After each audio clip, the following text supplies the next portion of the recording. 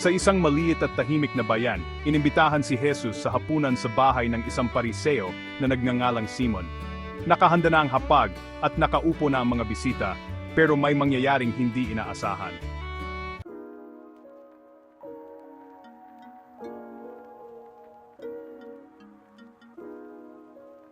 Kung tunay ngang propeta ang taong ito, alam niya kung sino ang lumalapit sa kanya.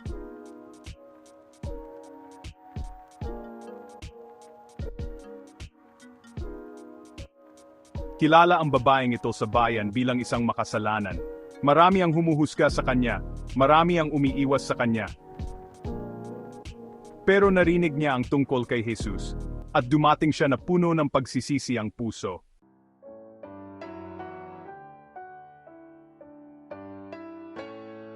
Ang kanyang mga luha ay bumasa sa mga paa ni Jesus. Pinunasan niya ang mga ito ng kanyang buhok, hinalikan ng buong pagmamahal, at binuhusan ng mamahaling pabango. Hindi ba niya nakikita kung sino siya? Simon, may sasabihin ako sa iyo.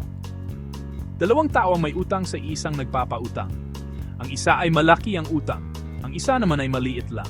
Wala silang kakayahang magbayad, kaya pinatawad niya ang utang nilang dalawa. Sino sa kanila ang mas magmamahal sa kanya? Sa palagay ko, yung pinatawad niya ng mas malaking utang. Tama ang paghusga mo.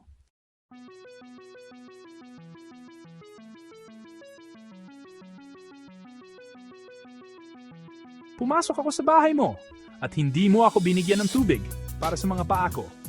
Pero hinugasan niya mga ito ng kanyang luha. Hindi mo ako sinalubong ng halik. Pero hindi siya tumigil sa paghalik sa mga paa ko. Ang marami niyang kasalanan ay pinatawad dahil malaki ang kanyang pagmamahal.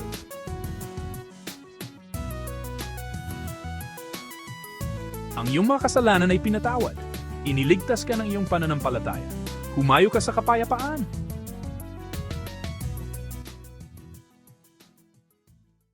Habang nakikita ng iba ang kanyang nakaraan, nakita ni Jesus ang kanyang puso. Kung saan nabigo ang paghuhusga, nagtagumpay ang pag-ibig. At kung saan malaki ang kapatawaran, malaki rin ang pag-ibig.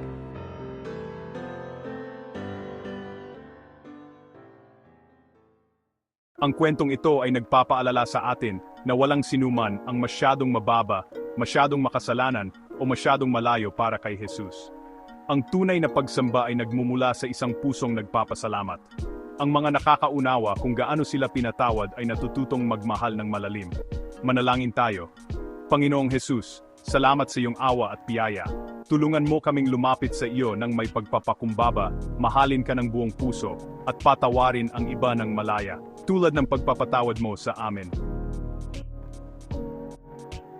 Pinapatawad ni Jesus ang mga lumalapit sa kanya ng may mapagpakumbabang puso.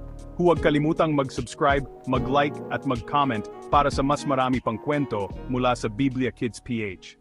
Salamat!